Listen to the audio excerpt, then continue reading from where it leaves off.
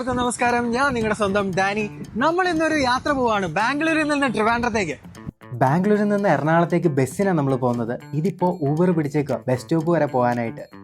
Majestic, കലാശിപ്പാളയം, Madiwala ഇതൊക്കെയാണ് എൻ്റെ തൊട്ടടുത്തുള്ള ബസ് സ്റ്റോപ്പുകൾ. നമുക്കിന്ന് ബസ് കയറാനുള്ളത് കലാശിപ്പാളയത്തു നിന്ന്. എനിക്ക് പുറകിൽ ഇപ്പോൾ കാണുന്നതാണ് വിധാൻസഭ. പറപ്പിച്ച് വിട് പാപ്പ അങ്ങോട്ട്.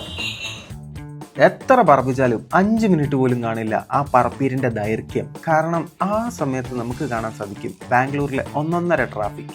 ഈ ട്രാഫിക്കിൻ്റെ ഇടയ്ക്ക് ഒന്ന് എടുത്തോണ്ട് പോകുക വലിയൊരു ടാസ്ക് തന്നെയാണ്. ബാംഗ്ലൂരിൽ എന്താ ഉള്ളതെന്ന്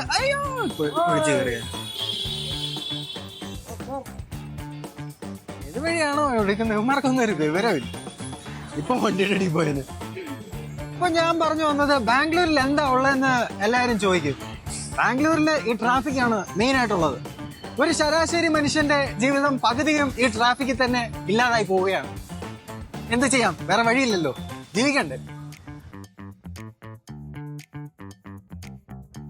ഏകദേശം 45 മിനിറ്റ് ആയിട്ട് ട്രാവൽ ചെയ്യുക. സബ്സ്ക്രൈബേഴ്സിനെ ഒന്നും കാണുന്നില്ല. സബ്സ്ക്രൈബ്, ഷെയർ, ലൈക്ക് മറക്കല്ലേ.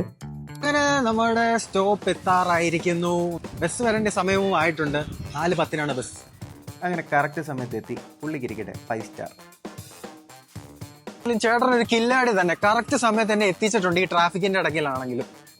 ബസ്സിൽ കയറുന്നതിന് മുമ്പിൽ ലൈറ്റായിട്ട് എന്തെങ്കിലും കഴിക്കാന്ന് ഓർത്ത് ബസ് സ്റ്റോപ്പിൽ വന്നപ്പോൾ ദേ ഇരിക്കുന്നു സമൂസ, വടാപ്പാവ്. ഈ വടാപ്പാവ് കണ്ടിട്ട് യുദ്ധത്തിന് പോകാനിരിക്കുന്ന പാറ്റൻ ടാങ്ക് പോലെ ഉണ്ട്. എന്താണെങ്കിലും നമുക്ക് യുദ്ധത്തിനല്ലല്ലോ പോകേണ്ടത്. റിസ്ക് എടുക്കാൻ വയ്യാത്ത കൊണ്ട് ഇത് റിസ്ക്കും മേടിച്ച് നമ്മൾ പോവുകയാണ് ഗൈസ്. ഒറ്റ നോട്ടത്തിൽ കണ്ടാൽ പ്രതിമയാണെന്ന് തോന്നിപ്പോവും. പക്ഷെ ഇവന്മാരൊക്കെ 916 ഒറിജിനൽ പശുക്കളാണ് ഗൈസ്. കണ്ടില്ലേ, ഹോൾമാർക്ക് മുദ്രയൊക്കെ ഉണ്ട്.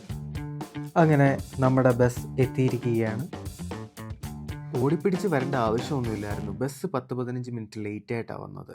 നമ്മുടെ സീറ്റ് അപ്പർ ബർത്താണ് ഗൈസ്. തണുപ്പ് സമയം ആയതുകൊണ്ട് AC ബസ് എടുക്കാഞ്ഞത്. പക്ഷെ ഇപ്പോൾ കാരണം വിയർത്തൊലിക്കുക തന്നെ പറഞ്ഞ. രാവിലെ തൊട്ട് കാര്യമായിട്ടൊന്നും കഴിക്കാൻ പറ്റിയില്ല. അതുകൊണ്ട് ഞാൻ ഒരു യോഗ ടൂടി മേടിച്ചിട്ടുണ്ടായിരുന്നു.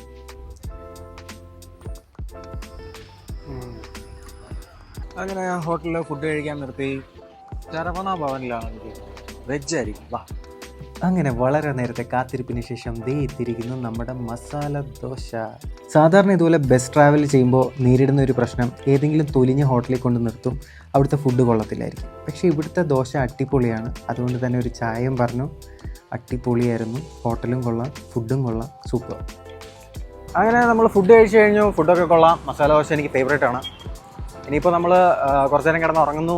ഇല്ല ഉറക്കം വന്നില്ലെങ്കിൽ വീഡിയോ എഡിറ്റ് ചെയ്യുന്നു. അതാണ് മുമ്പോട്ടുള്ള പ്ലാൻ.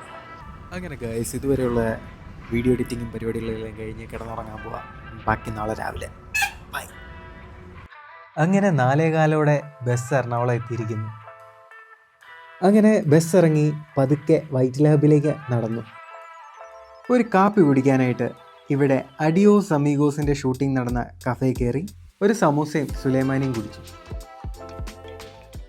ഇനി എറണാകുളത്തു നിന്ന് ട്രിവാൻഡ്രം വരെ കാറിനാണ് നമ്മൾ പോകുന്നത്. അങ്ങനെ നമ്മുടെ മച്ചാൻ സ്പൾബർഗ് എത്തിയിരിക്കുകയാണ്. ഇപ്പോൾ നമ്മുടെ സബ്സ്ക്രൈബേഴ്സിനൊക്കെ ഒരു ഹായ്.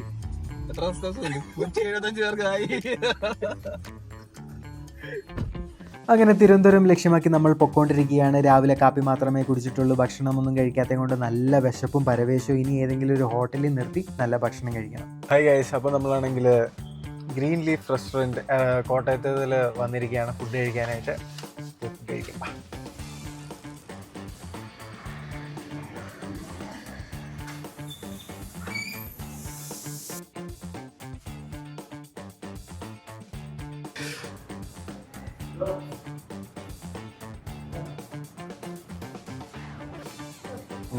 കൊള്ളാം. തന്തവായി ബായതാണോ എന്നറിയത്തില്ല. കുറെ നാളായിട്ട് ദോശ ഇഡ്ഡലിയൊക്കെയാണ് ഫേവറേറ്റ്. ഇഡ്ലിയാ dosa? Dosa. Dosa or parotta? Dosa. Dosa or pasta? Dosa. Dosa or puttu? Dosa. Dosa or biryani? Dosa. അങ്ങനെ ദോശയും കഴിച്ച് നമ്മൾ തിരുവനന്തപുരത്തേക്ക് പൊക്കോണ്ടിരിക്കുകയാണ്. അടുത്ത പാർട്ട് ഉടൻ വരും. സത്യമായിട്ടും ഉടനെ വരും.